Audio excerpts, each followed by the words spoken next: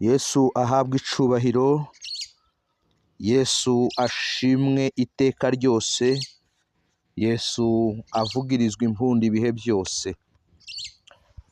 Bavandimwe, turacari mu bihe dukomeza kwibuka kuvuka kwa Yesu, kuko njyewe mbivuga cyane ni ukwibuka kuvuka kwa Yesu, kandi tubyibuka buri gihe, ntabwo ari kuri iyi minsi 25 twashiriweho n'idini, ahubwo ni umuhango duhora twibuka Yesu waducunguye.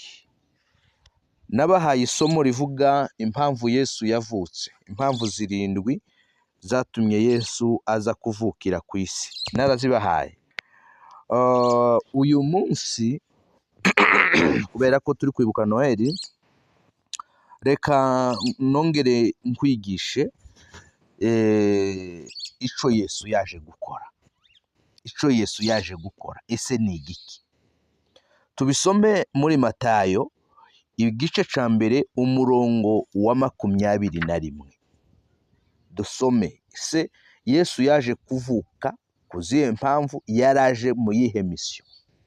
Noneho ndagusobanurira iyo mission ico arico.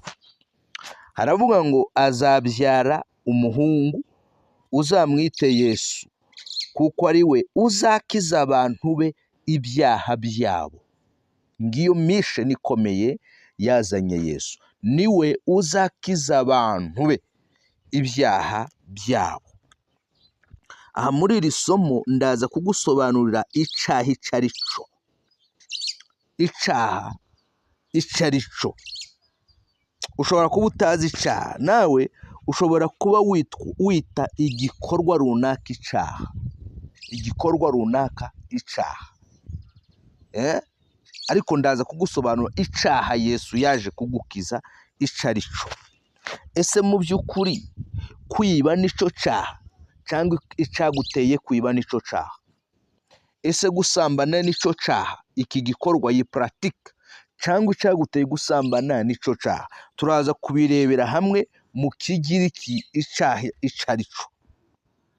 Ariko tubanze dusome muri Yohana igice ca mbere umurongo wa 29. Aravuga ngo bukeye bwaho abona Yesu aza aho ari, aravuga ati, nguyu umwana w'intama w'Imana ukuraho ibyaha by'abari mu isi. Haleluya! Nguyu umwana w'intama w'Imana ukuraho ibyaha by'abari mu isi. Hano nakubwiye ngo ndaza kukubwira iki caha niki, hanyuma nkubwire ese kukivamo, kuva muri iki caha niki. Icaha niki? Mbere ndashaka kugira ngo iyi audio, iyi video ize kuba ngufi cyane kandi irimo ibintu bisobanuye neza. The Greek word for sin is amatia. Amatia. Ijambo ry'Ikigiriki rivuga icaha ni amatia. Mu isezerano risha Pawulo yakoresheje amatia gusobanura icaha nk'imbaraga zikontorora abantu cyangwa se zituma bakora ibintu badashaka. Okay? Apostle Paul uses hamartia to describe sin as a force that controls people and makes them do things they don't want to do. Iki nico caha, ni ikintu kikurimo gituma ukora ibintu udashaka gukora ndetse kikagukontorora. Amatia. Ntabwo icaha ari ibi pratique mukora, ahubwo ibibatera gushira muri pratique ibi bintu nico caha. Bibiliya iravuga mu Baroma, Pawulo yabwiye Abaroma, arababwira ngo kuko umutima wa kamere udashobora kunezeza Imana. Tandukanya icaha nico gisunikira umubiri gushira mu bikorwa iki kurimo. Sinzi ko aho munyumvise neza. Icaha amatia nico gituma, nico gisunika, nico kigukontorora ndetse kigategeka uyu mubiri wawe, izi ngingo zawe gukora ibikurimo, gukora amatia, gukora muri pratique. Okay? mu yandi magambo icyaha is to fail or to miss the goal. Ibi reka mbiguhereze neza. Mbese igisobanuro cy'ibanze cy'icyaha ni ukunanirwa cyangwa kubura intego. Donc ukabaho ubuzima bunanirwa kwikontorora, ukabaho ubuzima budafite intego igukontorora, ku buryo uba ufite icyerekezo, ku buryo uba ushobora kumenya icyo ukora n'icyo utagomba gukora. Amatya ni ijambo rikomeye cyane rivuga kubura intego, failing in a purpose than committing a moral transgression or breaking law. Yes. Iki kintu amatya gitandukanye cyane no gukora igikorwa runaka cyangwa se no kwica itegeko. Ikigutera kwica itegeko, ikigutera gukora ibyo udashaka, icyo nicyo cyaha. Haleluya. Iki rero nicyo Yesu yaje kugukiza muvandimwe. Iki nicyo Yesu yaje kugukiza.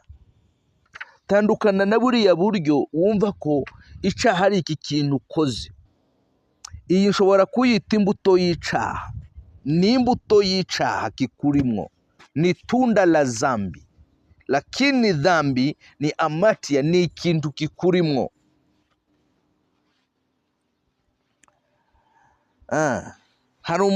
Niyo mpamvu Pawulo yavuze mu Baroma ibice 12 umurongo wa 2, aravuga ngo muhinduke rwose mugize imitima misha, by the renewing of your mind.